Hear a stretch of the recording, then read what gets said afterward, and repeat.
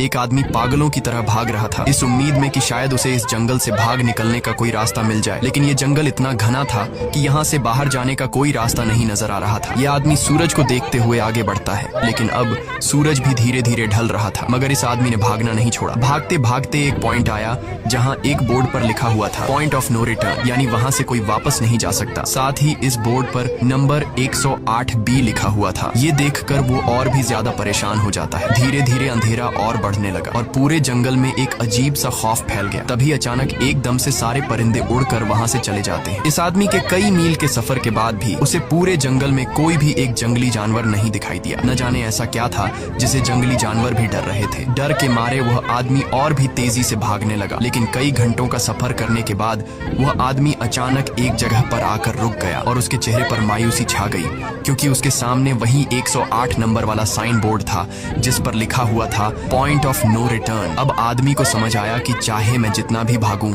पर इस जंगल से निकल नहीं सकता, इसलिए अब वो वहाँ छुपने की जगह ढूंढने लगा। लेकिन वहाँ उसे छुपने के लिए कोई सेफ जगह नहीं मिली, इसीलिए अब वो पेड़ के ऊपर चढ़ जाता है। पर तभी उस पेड़ की टहनी टूट गई, जिससे वो आदमी काफी ऊंचाई से नीचे जमीन पर आ गिरा। पेड़ से गिरने के बाद वो बहुत ज्यादा जख्मी हो चुका था। उसे काफी गहरी चोटें आई। इससे पहले कि वो बेहोश हो जाता तभी अचानक जमीन हिलने लगी और अजीब सी गुर्राने की आवाजें आने लगी। वो आवाजें सुनकर आदमी के गले में सांसें अटक गईं। तभी अचानक कोई उसे खींच कर ले गया। खींचने वाला कौन था ये नहीं दिखाया गया, लेकिन हमें उस आदमी की दर्द भरी चीखें सुनाई दी गई। इस इंसिडेंट के 6 दिन बाद हमें शहर में मीना नाम की एक लड़की को दिखाया जाता है जो एक बर्ड शॉप में काम करती है। तभी उसका बॉस आता है और मीना को एक गोल्डन पैरट को शहर से दूर एक जू में डिलीवर करने का ऑर्डर देता है। मीना बॉस की बात को मानते हुए अब उस पैरट को डिलीवर करने जाती है। मीना गाड़ी में बैठकर अपने मोबाइल में उस जू का लोकेशन सेट कर लेती है और अपने सफर पर निकल पड़ती है। शहर से बाहर निकलने के बाद वो एक बोर्ड पर बहुत सारे लोगों के मिसिंग फोटोज देखती है, यानी वहाँ पर कई सारे लोग गायब हो चुके थे। लेकिन मीना उन पर ज्यादा ध्यान नहीं देती और आगे बढ़ने लगती है। आगे बढ़ते दौरान मीना शॉर्टकट लेते हुए जंगल के रास्ते से गुजरती है ताकि वो जल्दी से इस पैरट को जू तक डिलीवर कर दें। और वो पहुंच गई जंगल के बीचों बीच। ये वही जगह है जहां हम पहले एक आदमी को गायब होते देख चुके हैं। वहां आकर मीना बुरी तरह से फंस चुकी थी। वो अपने मोबाइल पर मैप देखती है, लेकिन वहां मोबाइल के सिग्नल नहीं आ रहे थे और उसके कार का रेडियो भी काम नहीं कर रहा था। मीना अब वहां से वापस निकलने लगी, लेकिन अब उसे वहां से बाहर निकलने का रास्ता समझ नहीं आ रहा था। थोड़ी देर बाद मीना की गाड़ी भी खराब हो गई। मीना गाड़ी से बाहर निकलती है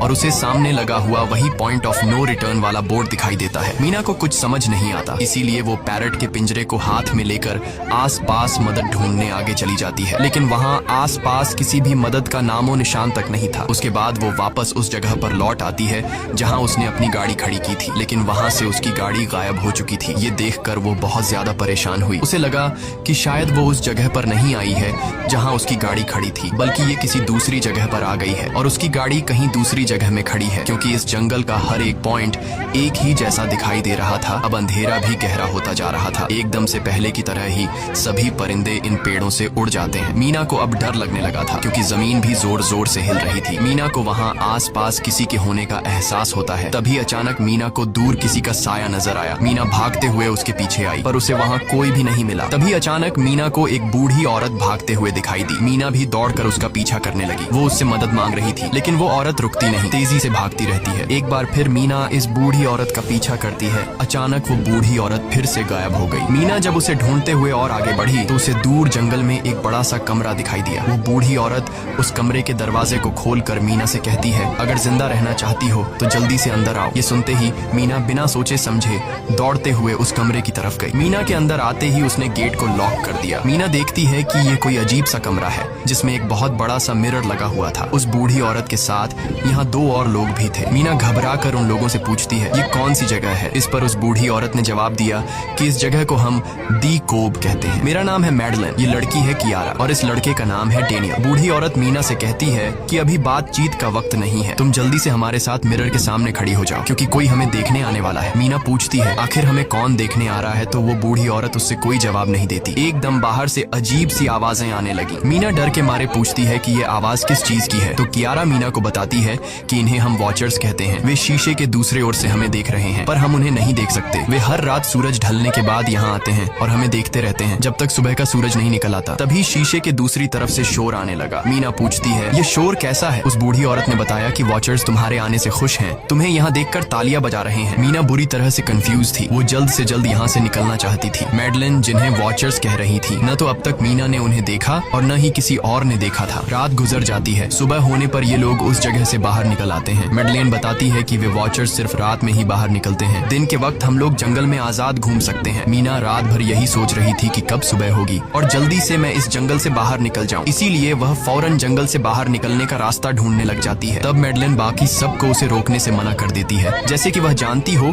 कि मीना इस जंगल से बाहर नहीं निकल सकती और वह जरूर वापस आएगी। बस मीना को जाते हुए मैडलिन बताती है कि तुम्हारा यह फैसला अच्छा नहीं है। इस जंगल से बाहर निकलने का कोई रास्ता नहीं है। रात होने से पहले हमें इस घर में वापस आना पड़ता है। अगर तुम लेट हो गई तो तुम अपनी जान से हाथ धो बैठोगी। मीना किसी की बात नहीं सुनती और अपने पैरट को लेते हुए तेजी से आगे बढ़ती है। थोड़ा सा आगे बढ़ने पर उसे वहीं पॉइंट ऑफ नो रिटर्न वाला साइन दिखाई देता है। उसे देखकर वो घबरा तो गई, लेकिन उसने हिम्मत नहीं हारी और सूरज को देखकर सूरज की डायरेक्शन में आगे बढ़ती रही, पर जंगल से निकलने में कामयाब नहीं हो सकी। आगे चलकर रास्ता ही खत्म हो गया। मीना ने देखा कि वो एक पहाड़ के टॉप पर खड़ी है, जहाँ से आगे दूर दूर तक जंगल के सिवा कुछ भी नहीं था। इसीलिए वो मायूस होकर नीचे बैठ जाती है। तभी अचानक उसके कंधे पर किसी ने हाथ रखा। वो डर गई और जब उसने पीछे मुड़कर देखा तो वो बूढ़ी औरत मैडलिन थी। यहाँ मैडलिन उसे हौसला देती है और कहती है कि सिर्फ तुम ही नहीं जिसने यहाँ से निकलने की कोशिश की और हार गई। हम भी तुम्हारी तरह ही हार कर यहाँ रुके हैं। यहाँ से बाहर निकलने का कोई रास्ता नहीं। चलो मैं तुम्हें कुछ दिखाती हूँ। मैडलिन मीना को जंगल की तरफ लेकर जाती है। मैडलिन मीना से कहती है, ये जंगल एक शिकारी है और हम सब उसका शिकार। अगर जिंदा रहना चाहती हो तो हमारे साथ ही रहो। मैडलिन उसे पॉइंट ऑफ नो रिटर्न वाले काफी सारे साइन बोर्ड दिखाती है, जो कि जंगल के चारों तरफ गोल घेरे में लगे थे और उनके बीच में था उनका कमरा। मैडलिन बताती है कि यह हमारे घर से आधे दिन के फासले पर लगे हैं। अगर इसे आगे गई तो वापस लौटना मुश्किल हो जाएगा, इसलिए कभी भी यह तुम्हें नजर आए तो तुम इन्हें इग्नोर मत करना। मीना पूछती है, ये सब किसने बनाया? तो वह जवाब देती है, ये एक प्रोफेसर ने बनाया है, लेकिन अब तक उसे किसी ने देखा नहीं है। अब रात हो जाती है। ये लोग वापस उस घर के अंदर आ जाते हैं। हर रात वॉचर्स उन्हें देखने के लिए आते थे। आज कियारा नामी लड़की उनके सामने डांस करती है और कहती है ये सब उन्हें पसंद है। ऐसा नहीं था कि इन चारों को हर रात वॉचर्स के सामने खड़ा ही रहना पड़ता था। ये लोग जो चाहते वह कर सकते थे, बस ये लोग उनकी तरफ अपनी कमर नहीं कर सकते थे। ऐसा करने पर वो लोग बहुत ज्यादा गुस्सा हो जाते थे। रात में तो उन्हें सिर्फ वॉचर्स का मसला था, लेकिन दिन में भी उन्हें बहुत मुश्किलों का सामना करना पड़ता था। ये लोग जंगल से हर रोज अपना पेट भरने के लिए कुछ न कुछ शिकार करके लाते थे,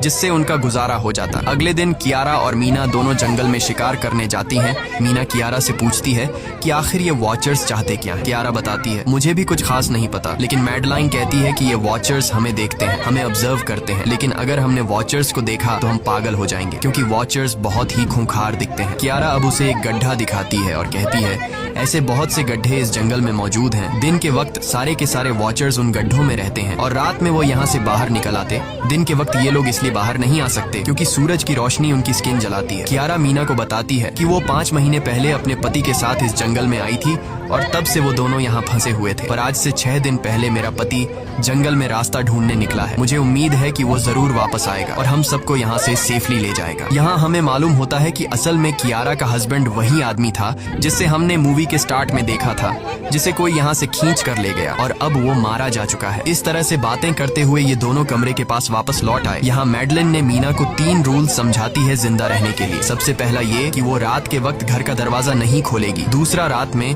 वो आईने की तरफ अपनी कमर नहीं करेगी। और तीसरा ये कि दिन के वक्त वो उन गड्ढों के पास नहीं जाएगी और जितना हो सके रोशनी में रहेगी। जब तक तुम इन रूल्स को फॉलो करोगी तब तक तुम जिंदा रहोगी। लेकिन मीना को मैडलाइन की बातों पर बिल्कुल भी भरोसा नहीं होता। अब उस रात मीना इन वॉचर्स के बारे में जानना चाहती थी, इसीलिए वो शीशे के साथ कान लगाकर आवाजें सुनने की कोशिश करती है। जब उसे कुछ सुनाई नहीं देता तो मीना को मैडलाइन की बताई गई वॉचर्स की बातें फेक लगने लगती हैं। इसलिए वह रूल्स को तोड़ते हुए अपनी कमर को शीशे की तरफ करके सो जाती है और ऐसा करने पर इन वॉचर्स को गुस्सा चढ़ जाता है। वो लोग जोर जोर से उस शीशे को मारने लग जाते हैं। शोर से मैडलाइन भी उठ जाती है और वह जल्दी से मीना को शीशे की तरफ खड़े रहने को कहती है और तब जाकर वो वॉचर्स का गुस्सा शांत होता है। यानी जब इंसान वॉचर्स को अपनी पीठ दिखाते हैं तो वह उसे खुद की इंसल्ट मानने लगते हैं। ये रात भी गुजर जाती है और अगले दिन मीना डेनियल के साथ शिकार पर निकलती है। वो डेनियल से पूछती है, क्या आज तक तुमने किसी वॉचर को देखा है? जिस पर डेनियल ने जवाब दिया कि मैंने भी आज तक वॉचर्स को नहीं देखा और जो भी वॉचर्स को देखता है वो जिंदा नहीं बच पाता। तब मीना डेनियल को समझाती है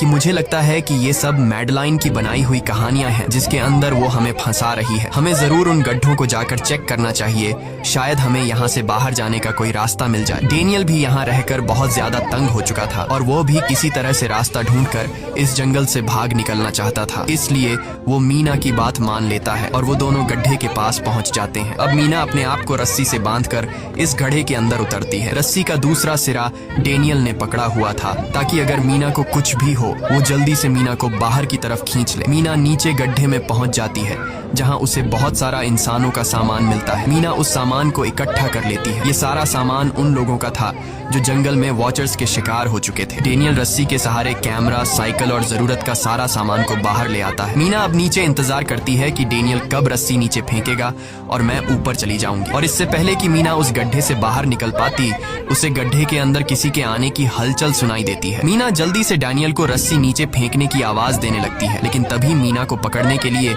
एक वॉचर का हाथ बढ़ने लगता है। पर मीना धूप में खड़ी थी, इसलिए जब उस वॉचर के हाथ पर सूरज की रोशनी पड़ी तो उसका हाथ जलने लगा। इतने में डेनियल ने नीचे मीना के पास रस्सी फेंकी और मीना फौरन जल्दी से बाहर निकल आई। मीना पूरी तरह से डर गई थी। ये लोग उस सारे सामान को लेकर अपनी सेफ हाउस में आ गए, जहाँ मैडलिन ने उससे पूछा, ये सामान तुम्हें कहाँ से मिला? ये लोग झूठ बोल देते हैं कि ये सामान उन्हें इस जंगल से मिला। मैडलिन को इस जंगल में रहते हुए बहुत अरसा गुजर चुका था। वो जानती थी कि ये सामान उसे जंगल से नहीं बल्कि एक गड्ढे से मिला होगा। वो मीना से पूछती है, बताओ तुमने गड्ढे के अंदर क्या देखा? लेकिन मीना उसे कुछ नहीं बताती। ये लोग बहुत खुश थे कि आज रात ये लोग वॉचर्स को देख पाएंगे, क्योंकि मीना को गड्ढे के अंदर एक कैमरा मिला था। डेनियल किसी तरह जुगाड़ करके उस कैमरा को टीवी के साथ अटैच कर लेता है ताकि ये लोग भी टीवी पर वॉचर्स को देख पाए। मैडलिन बार बार उन्हें समझाती है कि ये तुम लोग गलत कर रहे हो, लेकिन ये दोनों उसकी एक बात भी नहीं सुनते। आज रात ये लोग वॉचर्स के इंतजार में बैठे थे ताकि उन्हें वो देख पाए, लेकिन काफी रात होने के बावजूद भी आज कोई वॉचर उन्हें देखने नहीं आया और अब कुछ देर बाद उनके साथ कुछ अजीब सा होने वाला था। ये लोग बातचीत में मसरूफ थे